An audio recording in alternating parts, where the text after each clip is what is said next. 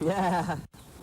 I hope our thing doesn't fall here. Yeah, me too. Well, let's give it a shot. Well, we'll give it a shot. Anytime you're ready. Yeah, Okay.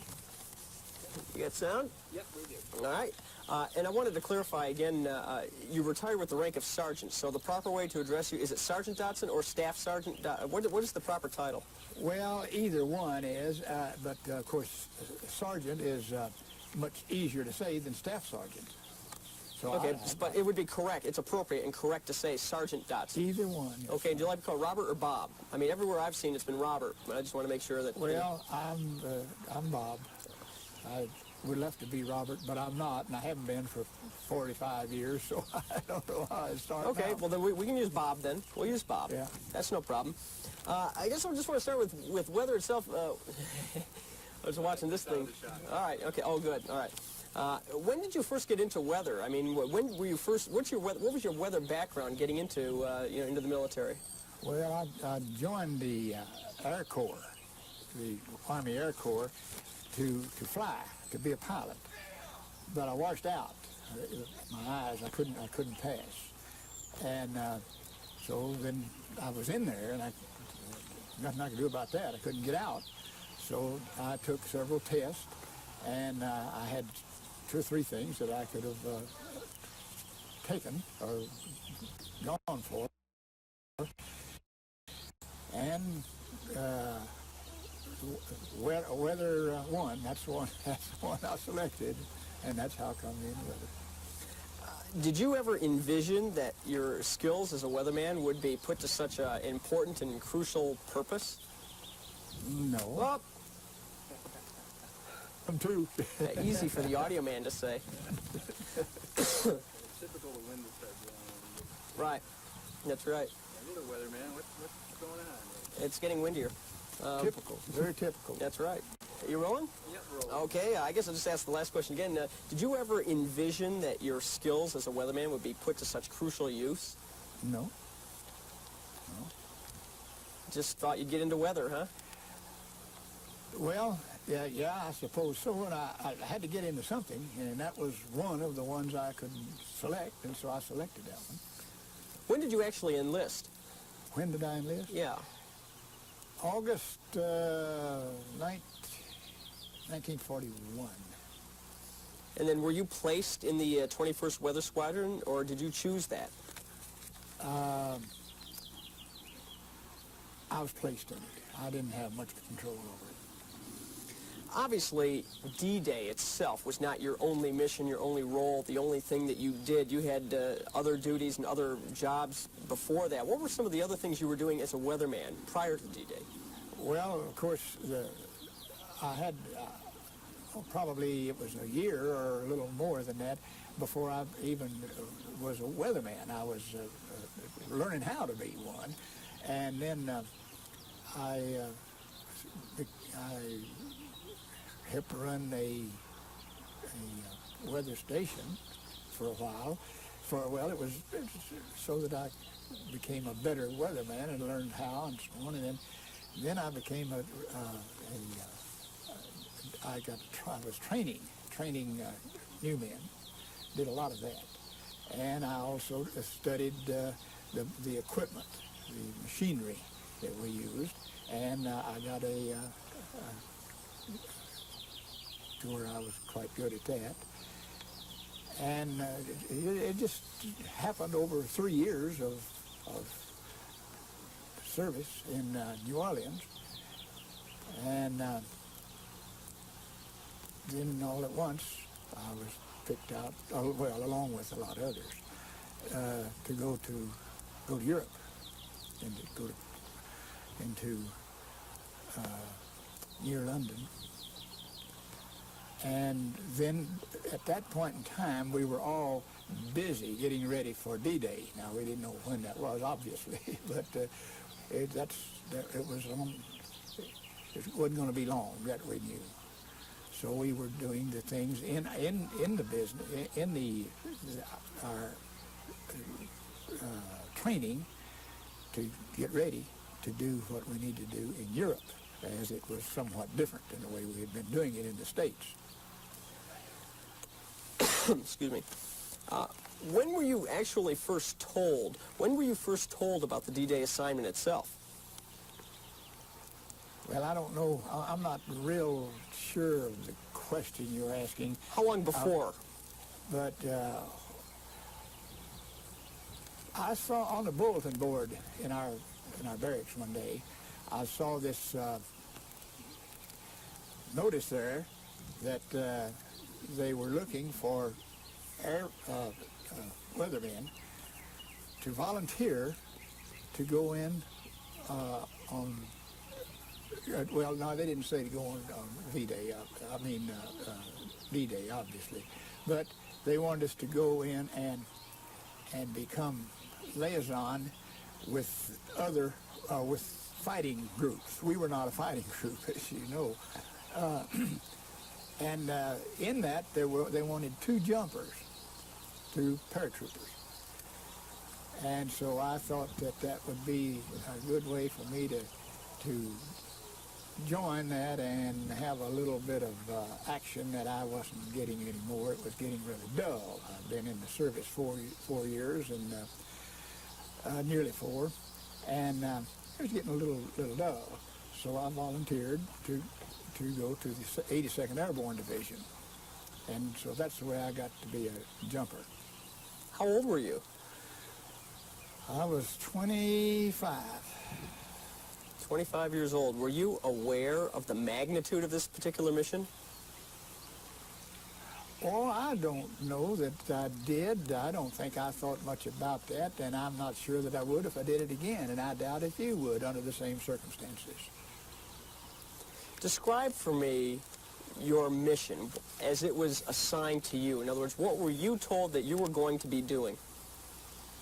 I would be making weather observations and sending them to wherever we were told to send them to. There would be a headquarters somewhere, or that we would be detailed to go in on it. And of course, I didn't have to worry too much about that, although I did certainly, it was a problem, could be. But with every one of us, every one of the weathermen that made those jumps, well, there was only 2 of us, but that either the jumps or the gliders, we had a radio man assigned to us. He went with us, went with me, for instance, in mine, and I would provide the information, and he then would transmit it. And that was his problem. I didn't know how he did it or anything about it. How did you train for the mission? What were your training exercises? Well, I did. The training that I had done for all those 3 years that I'd spent in New Orleans was to make me a weatherman, a weather observer. And so I didn't need any training there. Excuse me. I would have needed training if I had gone to a base in Europe, anywhere, gone to a base location, because we would have to use a new code. We used an international code, but if we'd gone, all those boys in those other places in Europe were using a secret code. And that's one reason I wanted to jump in the plane, jump out of that plane and do this kind of work, because I didn't want to learn a new code. I'd done about all of that foolishness I wanted to do. So that was one of the reasons. But we just went ahead and just used the national code, because all we were doing, we were not making any thing except observations. What we were seeing, well, everybody was seeing that, so there was no big deal there. But the training that I had would have been then to be able to be a jumper, or to not kill myself getting in the plane, let alone getting out of it. They tried to teach me that, but the catch is I was sent to the jump school. My group, my commanding officer, sent me to the jump school. That, of course, was run by the 82nd Airborne Division. When I got there, they had just closed it and started preparing for other things that would be happening soon. And they wouldn't take me. They wouldn't give me any training at all. And I had my mind made up to do this, and so I just didn't lay down and play dead. I said, well, now wait just a minute. I'm needed here, and I want to go, and so on. Then I called my commanding officer, Colonel, real nice fella, and he and I had, that isn't to say we were buddies, but we had worked together on several things, and we liked each other. And he wanted me to be in this job anyhow. So I called him, and he said, well, I'll see what I can do. Well, colonels get a little bit more attention than sergeants do. So between us, but mostly in his case, of course, why, he got them to decide that they would take me, that they would let me in, and that they would give me some mock-up training. But they would not fly me. They would not take me out. So when I went back the next morning, as I had been told to do, come back tomorrow and we'll decide what we're going to do.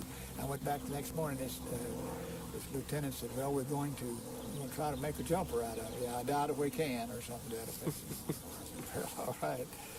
So they made some mock-ups and stuff like that, and showed me how to place my feet, how to get to the door, how to get out the door, and how to arrange myself to hit the ground, and all those things. So I had about, I don't know, I guess 3 days of that kind of training, maybe a little more than that, I'm not sure. And what kind of training to use a gun? Did you have any training to be a soldier? No. I was never a rifleman, never. And we had to go on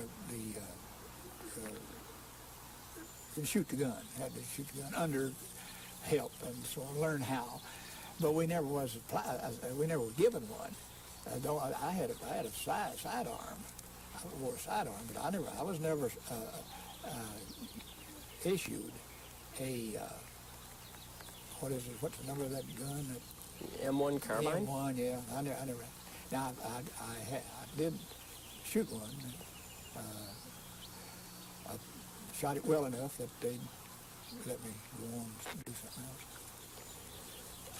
else.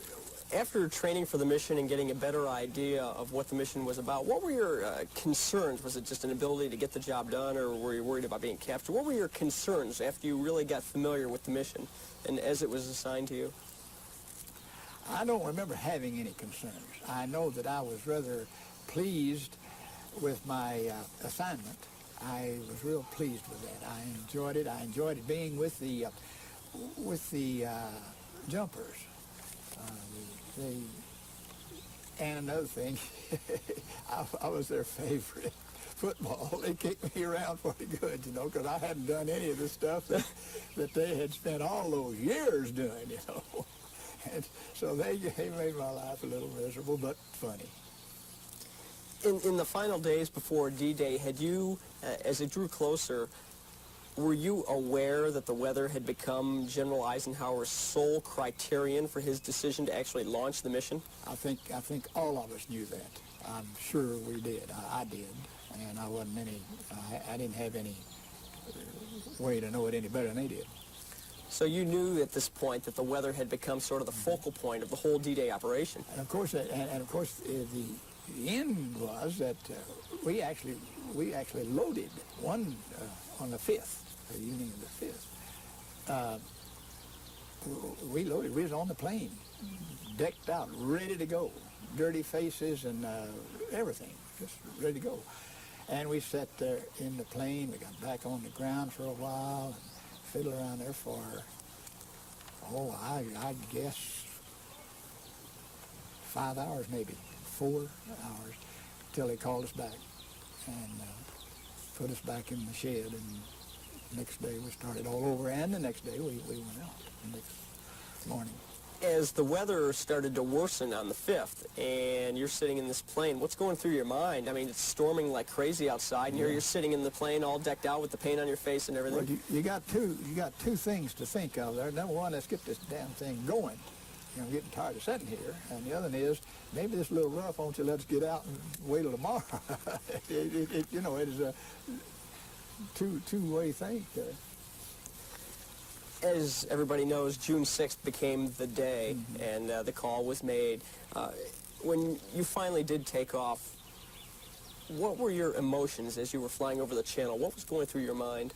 I went to sleep. You went to sleep? Yeah. What about the other guys that were with you? Well, I'm not sure that, I'm not able to say that none of them went to sleep, but I'll tell you what, many of them. And they were much more nervous than I was, but they knew more about what they were going to than I did. See, I was happy in my ignorance, and they were nervous with their knowledge. And when they called on us to stand up and hook up, that is, get up out of the seat, get up, get hooked up, be sure you make all your gear is where it belongs and how it works and so on, and then you checking the guy in front of you and the one is behind you is checking you and all that kind of stuff. And I'm, as usual, talking too much, and maybe telling a joke or something. One old boy, he's tough. He's tough, and he's probably as old as I was, maybe a little more, and there wasn't many like that around anymore. And he turned around, he gritted his teeth, and he says, "Damn you, Dodson, if you don't shut up, I'm going to cut your throat." And I looked at him and I said, "By golly, he will too." So that was the end of that conversation. Yeah, I remember that quite well. And it kind of made me feel a little bit silly, really, because I thought that maybe we needed to maybe I needed this approach to it, and he couldn't stand it. He couldn't stand it, and I felt real sorry that I had, and I felt real sorry for him because he literally was scared right out of his pants. Because he had, as I remember, he had 3 jumps ahead of him. I'm talking about into. I don't mean, he had 3 jumps that were not training. And there's a term for that. I forget what it is. So he had some experience, but I just want to backtrack. Just tell me how your day began, just from, not revelry necessarily, but just when you were awakened. Just give me a very brief synopsis of your day leading up to, getting onto the plane and stuff. Well, we were in a big, huge building. I guess it was a airplane hangar or something, and we all had just random beds, just wherever you happened to put it.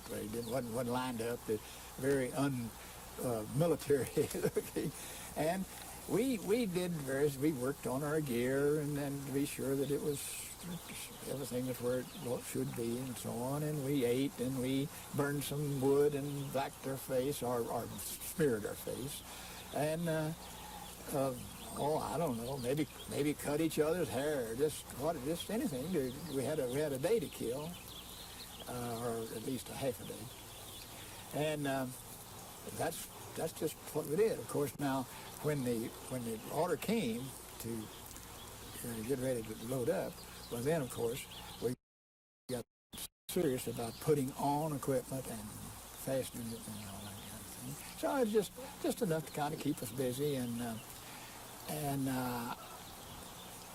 there was some quietness in places, and in other places there was a crap game going on. It was just about as many things going on as there were people, actually.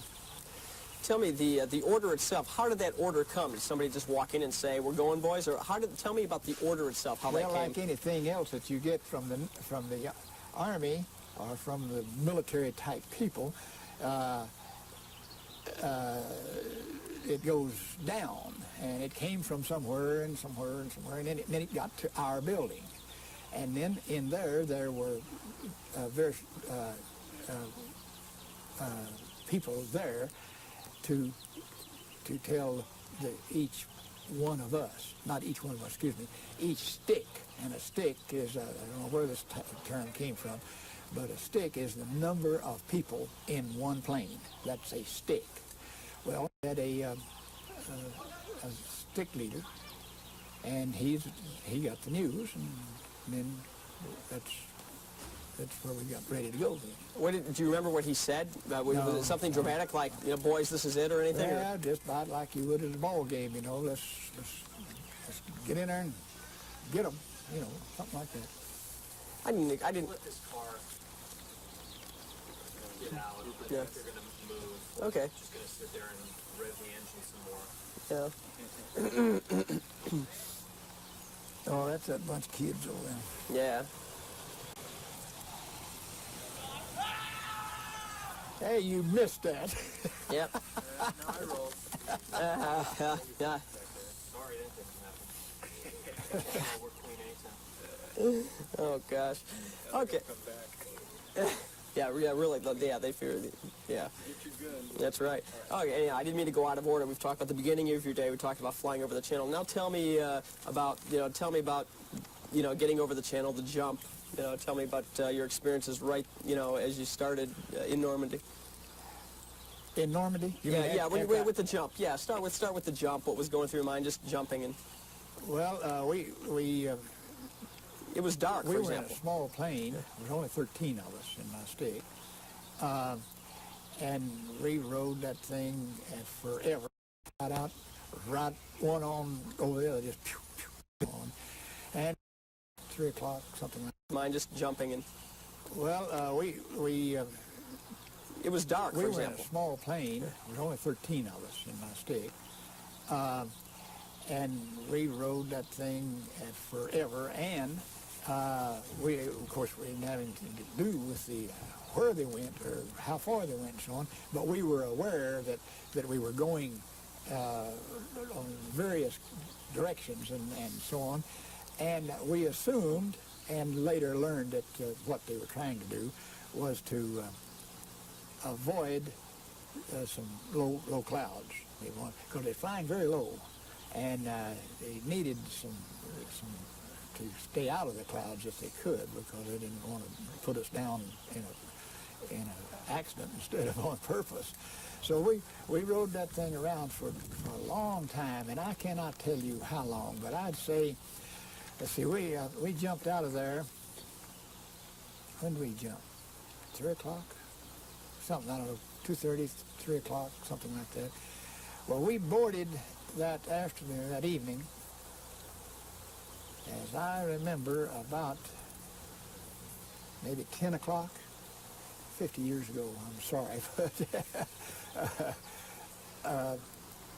But we rode around that long, and we didn't have that far to go, We weren't going very far into France, and it's not very far over the channel, and we took off from right near the channel. So you can see we did a lot of flying around. But we finally got the news from the pilot that was nearing the DZ. The drop zone. Drop zone. And so the next thing we know, then the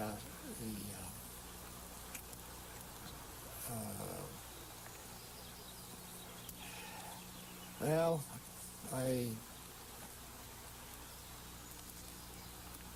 sergeant came in and had to stand up and hook up and so on. And we weren't in that position very long.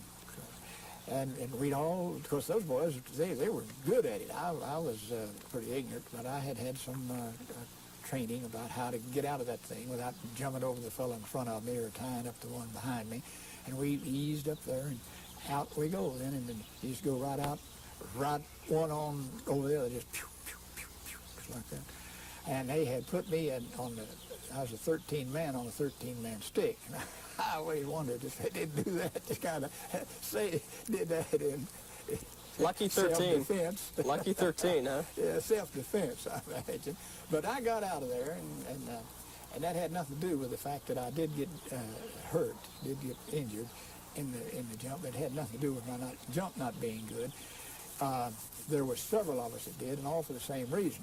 We had some bad weather, bad wind, and it was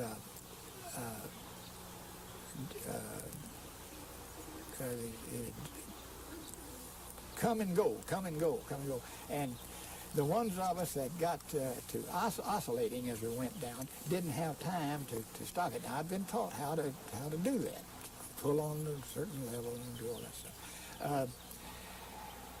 But we had jumped from so low that we didn't have time to do that. Now, the boys on the front of the stick had the best chance because they had about 200 feet more air under them than I did at the last man back here, because when they tilt that plane up for you to jump out of there, it's losing a little bit. So I was about 800 feet when I jumped out, and that doesn't last long, because a certain part of that, you're not don't have a parachute under you. It hadn't opened yet, and you have to get it open, and then it has to boom out, has to fill with air, and by golly, by then you haven't got much time left. It's just time to hit the ground. So needless to say, the ground came up pretty quick. It came up very fast. But many of the details of this thing that I went through there.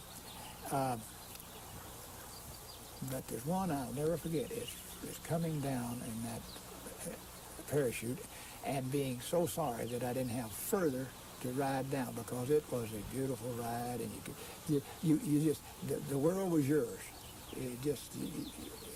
I don't know why I never did go back and do any. The ground came up pretty quick. It came up very fast. But many of the details. And at that time, everything was still very quiet. Weather instruments, and to radio back, the weather conditions as soon as you could. That didn't happen right away, did it? The ability, I mean, you weren't able to start setting up those instruments and start radioing back. No. Well, of course, when we jumped, we were scattered out in a row, more or less, in the direction that the plane was going. And of course, what we knew to do was the boys that went out first, they moved forward, and the ones that went in last moved backward. And we rendezvoused, hopefully, at the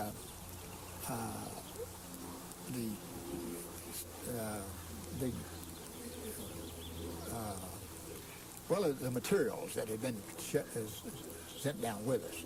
When half of the stick went out, they tripped those. Now the man that went out the door hit it. He'd been assigned that dude, and he hit that, and they went down.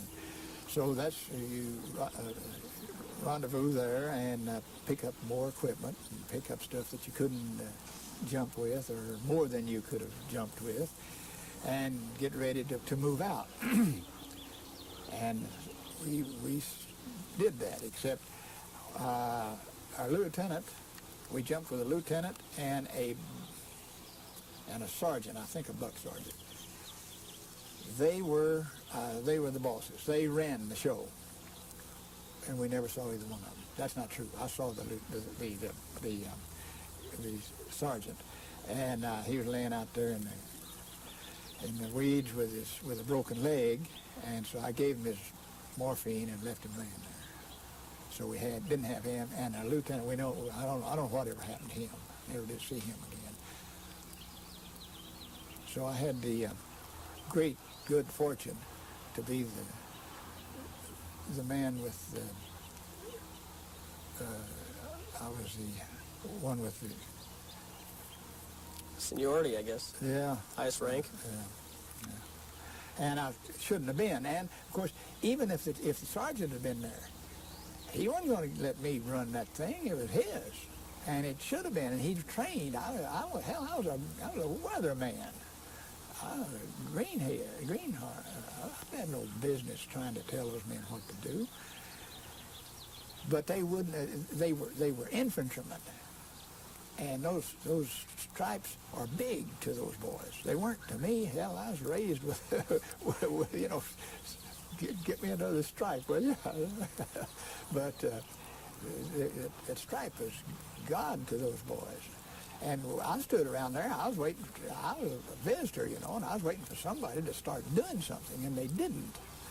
So then I told them, boys, we got to do something. We can't stand here. It's going to be daylight here before we know it. So we got to find our job. We've got to find out what our assignment is. And they said, well, what do you want us to do, Sergeant? And I said, what do you mean what I want you to do? I want you to take me out there somewhere where it's safe. That's what I want you to do. But they wouldn't move. We had one corporal, and he had a jump behind him.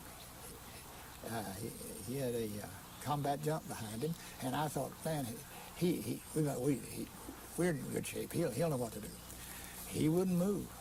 He wouldn't move. He wouldn't Stripes, move. huh? And I said, well, and he, I tried another ignorant thing. I should have known it wasn't going to work, but I said, when you meet, you don't mean you aim for me to take over and be in charge here. I don't. You want me to get you killed? I don't know what we're doing. But since I am the boss, why? And the boss is not the word, and that's not very proper. I can't think of a lot of it. I've very carefully forgot a lot of that Army stuff. But I said, okay, I'll take over. And then I don't remember what the corporal's name was, but I knew then. And I said, okay, Corporal Smith, you take over. He said, don't try to pull that on me. That don't work. But I did get off mad at him, real mad at him. And so then I took over the reins, and we did what we needed to do. And I'm sure it didn't run anything that I did, but I was awful lucky. I didn't get shot. You are lucky. Now, is it? Oh yeah.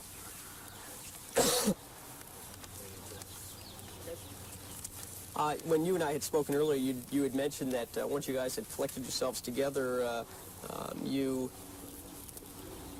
had collected yourselves together, and at that point, because you were dropped off at the wrong drop zone, and even with your maps, you weren't sure where you were. So tell me what happened. Then you went to try and figure out where you were, and then you ran into some unfriendly people. Well, Hang on for 1 second. I'll wait for the plane to... Well, what I was asking was, once you guys had collected yourselves and you found your equipment or whatever, and you figured out that the ones that you had with you were as many as you were going to have with you, you then decided to go and try and find someplace where you could, I guess, set up and start doing your weather. But you ran into some unfriendly people, didn't you? well, yeah. After a day or half a day, a little 3/4 of a day of getting there, that was not really any problem, except we didn't know it wasn't. It had us worried. I took my group and put them out on the road after we hid what we couldn't take with us. We hid it in a bridge, under a bridge, and I scattered these men out, one here, one there, distance apart, no talking, and moved down this road. And then we ran into some voices. We could hear voices. I was leading the thing. I was front man. I thought maybe they'd miss me and hit the boys behind me. Anyhow, we came to this intersection, and I heard voices, and so I got down in the ditch instead of walking the curb, or well, it's a dirt road working the edge of it. And I got down this ditch, and I'd crawl, and I'd listen, I'd crawl, and I'd listen. And I never could tell exactly where it was or who it was. I couldn't discern whether it was German or French or English or what. So I got up about as close as I felt really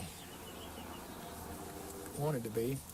And I used my little clicker. We had clickers, you know. That's the way we identified ourselves. Of course, that only worked for the first 3 or 4 hours.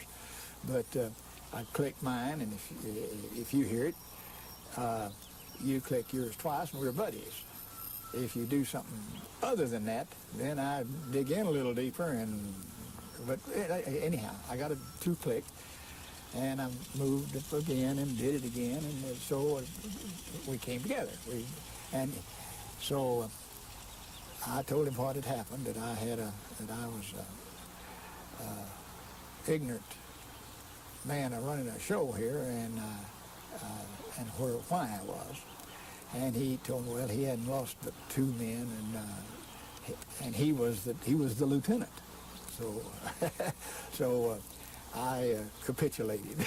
I gave him. Yeah, we ran into the Germans, and then beach. The minute you come across that was probably that was probably true. So obviously we didn't just go running in there, you know, but we found out they were in there. Well, so we dug in, we got in hedgerows, we got in sewer ditches, we got everything and then worked ourselves on into town and made a run at it all night. A day had gone in the meantime, most of it, late afternoon. So we went through that afternoon, and then that night it got really tough. We made it through the night. And then the next morning, just about daylight, as I remember it, the 44th fighters of the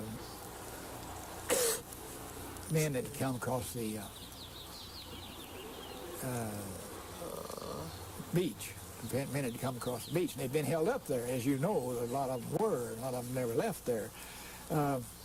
But they came in, and they came through us, and that was what they were supposed to do. That was the only thing we'd done to the plan. Was right then they were supposed to come in through us, and they did. And of course, they were a lot of them, and well trained and well equipped, and so the Germans then, of course, took off and didn't stop till they got to the other side of Paris. All right. I see. Party house. Yeah.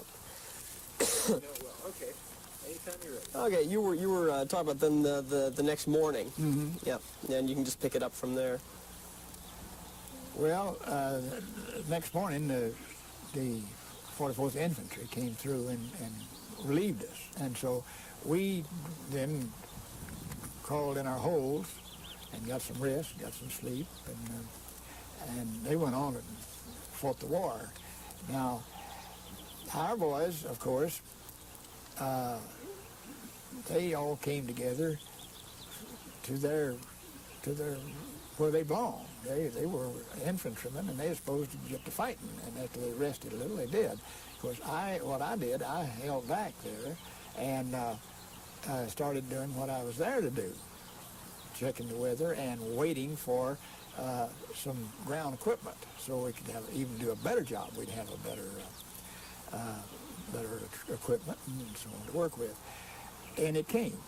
That's sometime that day. I don't know how long. I went to sleep. What day is this now? This is the 7th or 8th? Let's see. Doing what I was there to do.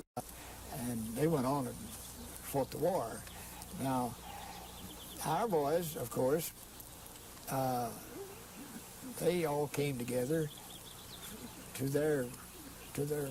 where they belonged. They were infantrymen, and they were supposed to get to fighting. And after they rested a little, they did. Because what I did, I held back there, and started doing what I was there to do, checking the weather and waiting for some ground equipment, so we could even do a better job. We'd have a better equipment and so on to work with. And it came.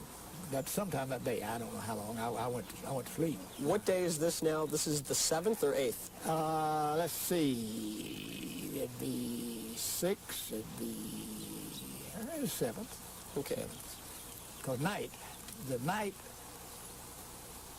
So we jumped at 6. Jumped on the 6th early in the morning, like 3 o'clock, 4 o'clock in the morning, 3 o'clock.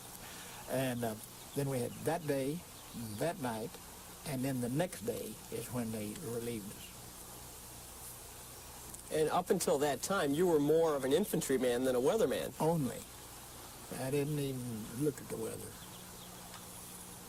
Heck, no, I don't know. I was too.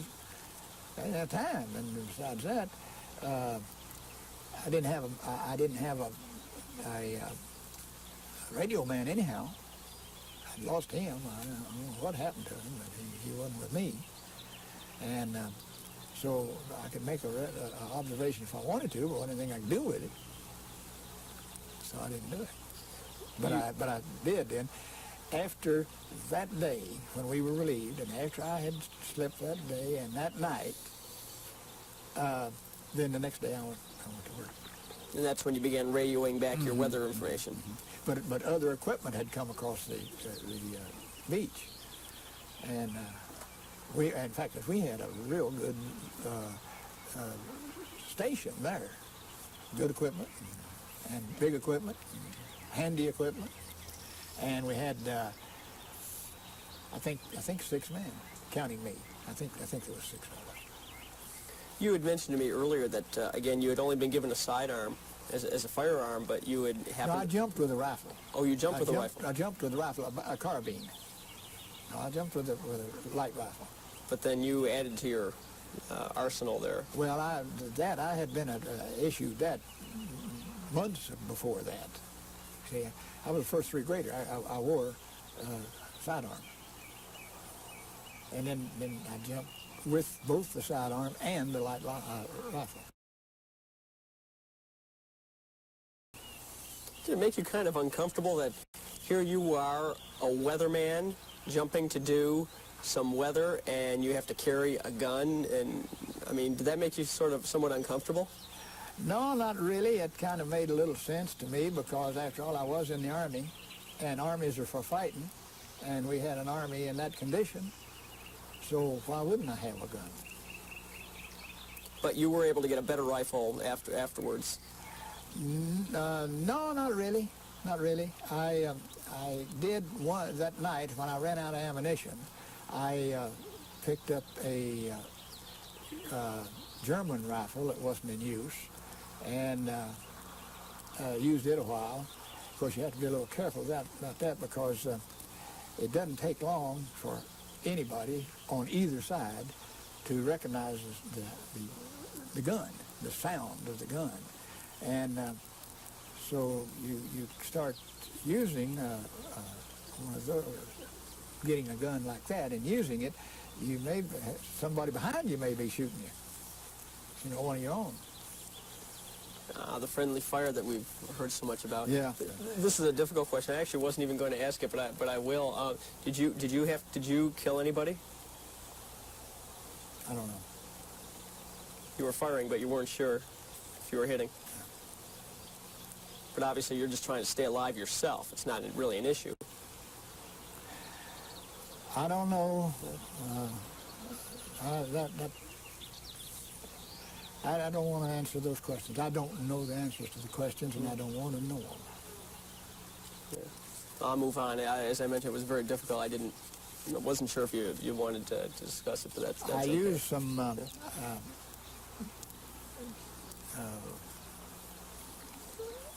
I did what I thought I was supposed to do. But I never saw one standing there and shot him and made him fall. I don't think I would have done that, really. I'd have told him to hide, and then I take a shot at him. But no, I mean, levity, I find many situations when this is discussed, and it's not discussed very often. I don't see any reason for it to be discussed often. But I use levity sometimes just to get by the situation and go on. A lot of people do that. When did your mission actually end? When did you leave France? Well, I left France, and I noticed in reading that thing today, they were using a date that I wasn't aware of. I thought it was later than that. But they say around the 15th that I was relieved from duty and flown to England to the hospital. And I was in the hospital 3 months, and there really wasn't that much wrong with me, but they're afraid that I might have permanent damage to my knee, so they kept me longer than normal, I thought. Of course, when I first got there, they had put me on a wheelchair. Well, that lasted about a week, and then they put me on, and I was on crutches, and they kept me on those quite a while. I don't know, months, or maybe a little more. Then after that, I had a walking stick for a while, but the rest of the time I just limped a little. Today, when you think back 50 years to D-Day and your part of it, what is the image that stands out in your mind? What's the first thing that comes to mind? I don't. You mean how did I feel about the war? Or? No. When you think back to D-Day and your part in it, what is the memory what's the thing that you remember the most about your part of this? Well, there was a lot of different things, and it kind of depended on where I was at the moment as I was doing that thinking. But when I'm crawling down, there's one particular one, hedgerow.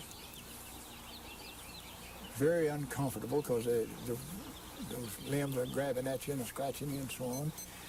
And the Germans are sitting up there on that hill with an 88 cleaning that hedgerow out, and they could drop one of those damn things in your pocket. They picked mine to clean.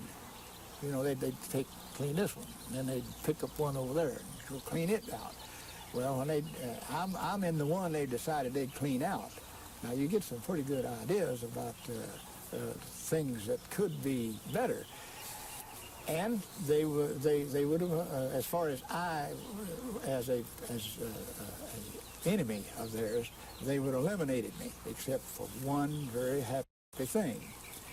They were using materials. They were using gunpowder. What they were shooting that was made with forced labor, and they didn't all shoot. And one came at me. I could hear it. I knew it was mine, and it went chunk right there. And I sat there I was laid there. I was right into the dirt.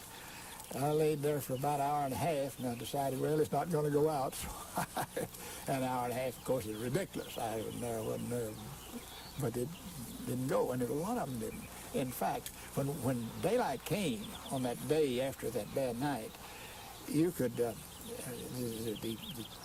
fields, small fields, separated with those hedgerows, man, it was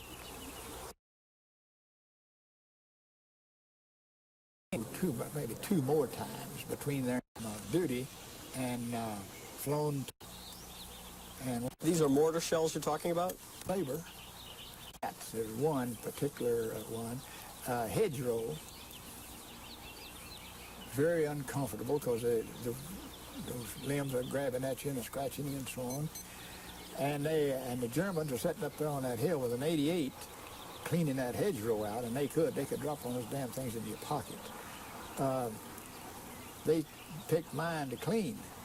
You know, they'd clean this one, and then they'd pick up one over there and go clean it out. Well, when I'm in the one they decided they'd clean out.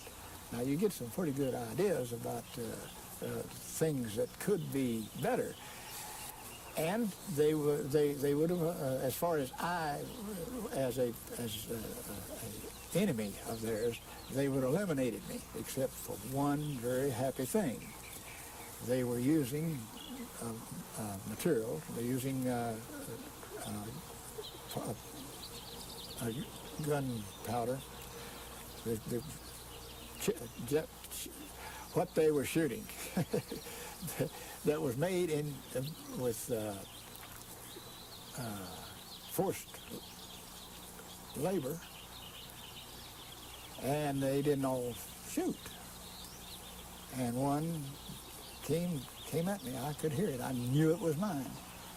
And it went chunk right there. And I sat there I was laid there. I got into the dirt. I laid there for about an hour and a half, and I decided, well, it's not going to go out. So an hour and a half, of course, is ridiculous. I wasn't there, but it didn't go, and a lot of them didn't. In fact, when daylight came on that day after that bad night, you could, the fields, small fields, you know, separated with those hedgerows, man, it was projectiles sticking out of that all the way, everywhere you look. These are mortar shells you're talking about? Yeah, well, they're not mortar, no, they're guns. The 88. The 88 millimeter. And there was also a bunch of dead cattle and horses in there too. Not a bunch. There was all that was in there was dead. When the average American thinks about D-Day, he or she usually conjures up images of landing craft hitting the beaches, bombers raking the cliffs, things like that. But the fact of the matter is, none of that could have happened without the proper weather, and that underscores the importance of the Allied meteorologists on D-Day, doesn't it? Yes. However, now the question would seem like you thought that we and all of us had something to do with the weather. All we could do is tell the commanders the kind of weather they were going to have to fight in. Obviously, and that's without saying, and I'm not being smart-aleck about it, but the question kind of indicated that that's what we were thinking about. And if none of us ever thought that we could do anything except say, now, you're going to have to do that in the rain, or you're going to have a north wind, or, you know, whatever. But the invasion really couldn't have been launched without the proper weather conditions, and so the role of the meteorologist on D-Day was actually quite important. Yes, but again, it was to tell them what they were going to have and let them decide if they could go in that weather or wait again, as they had already. And of course, it would have been real bad to keep doing that, because they were going to have to, as I understand, as I remember, if we don't go on the 6th, we don't go for 2 weeks. That was true. And if that happens, we've lost secrecy. You know the Germans would have known it in less than 2 weeks.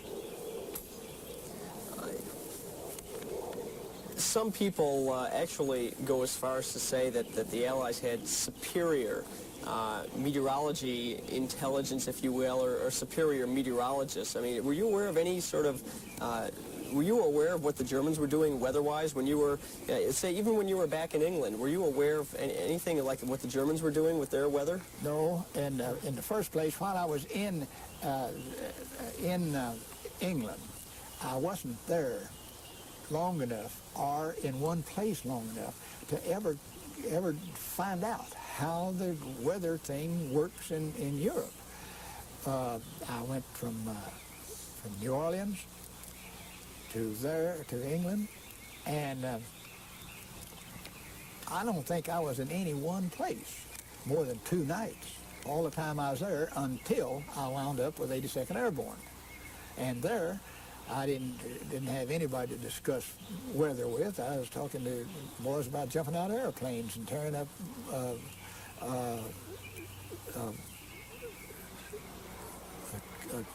what is the English call pubs. They tear up pubs at night.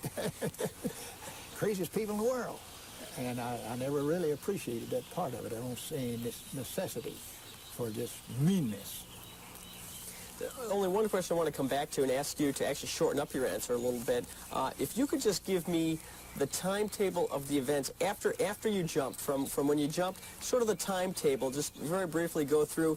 You jumped, and for the next few hours we were this, and then and what happened over the time period. I went all into one concise little, so I have an idea for the time period over which things were, the individual things that you spoke about. You spoke in great detail, very eloquently, about some of the things that happened to you and things that you did and tried to do as a weatherman. And I want to get an idea for the timetable between all of this. Well, after our land equipment and people came ashore, and I joined them, then we were we moved a lot. We had to move pretty fast sometimes because the Germans were on they were chasing the Germans all the way across France, as you know. So we had to move fast, and we stayed close behind those boys as we could. And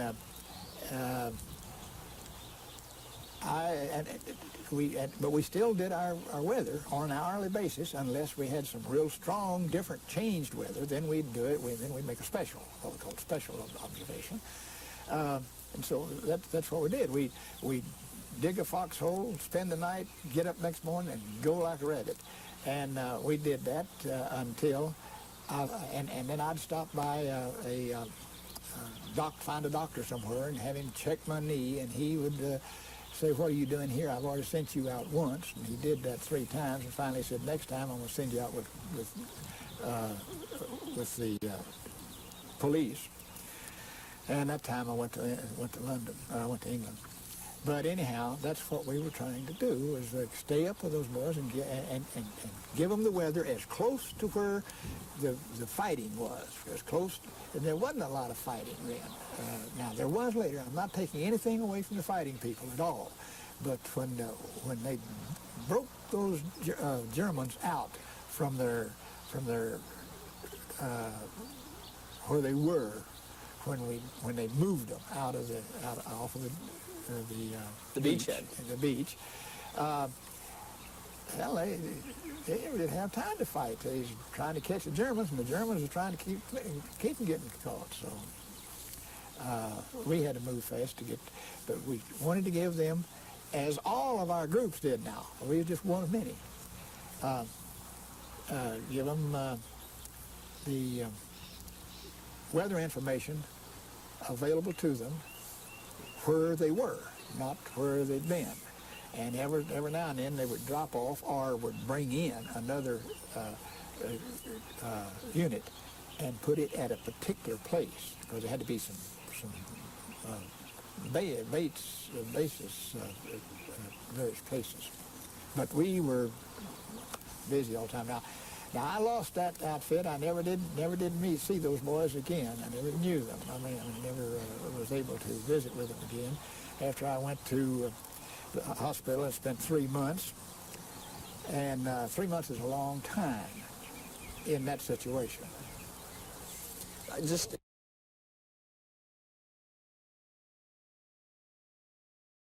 for the time period, on the beach, but we were busy all the time. The Germans were trying to keep them getting caught, so we had to move fast but we wanted to give them, as all of our groups did now. We were just one of many. Give them the weather information available to them where they were, not where they'd been. And every now and then they would drop off or would bring in another unit and put it at a particular place, because there had to be some bases, various places.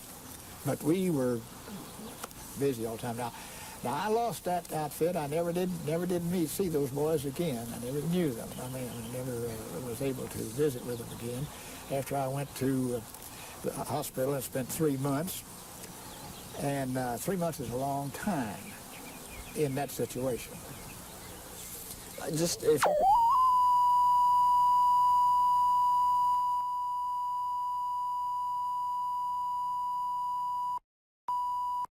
And it will. could be able to do that, just the time.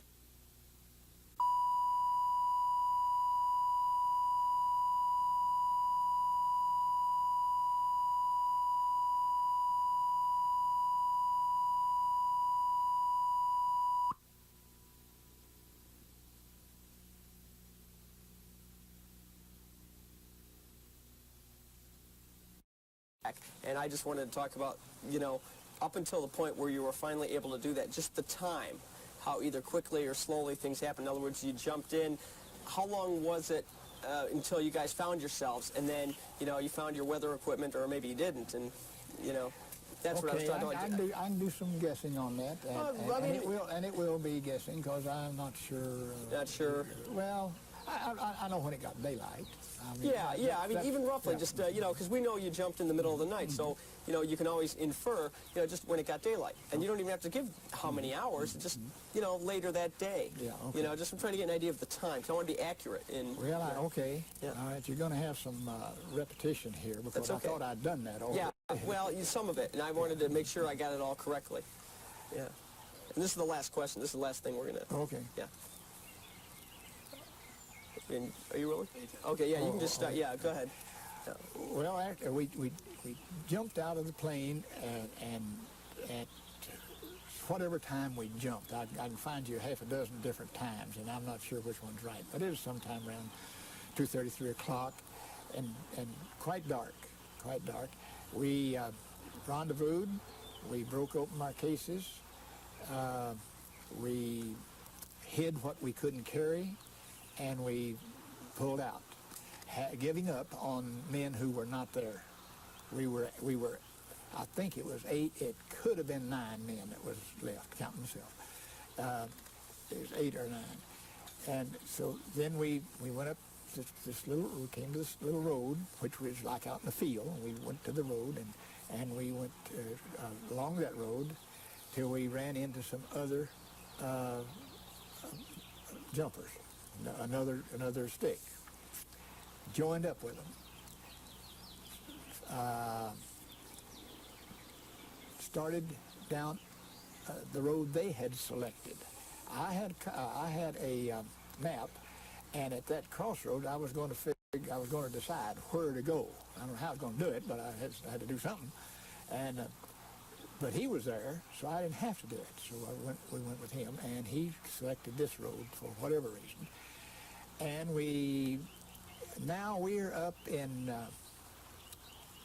mid-morning, I'd assume. We moved out toward St. Mary of Eglise, and we picked up some more men as we went, and at mid-afternoon, 4 o'clock maybe in the afternoon, we got to St. Mary of Eglise and contacted our first Germans.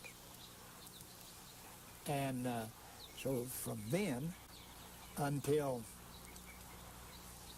I'd say 6 o'clock the next morning, daylight, we spent the night fighting the Germans. And we ran out of ammunition. We had some people that got hurt. We got some people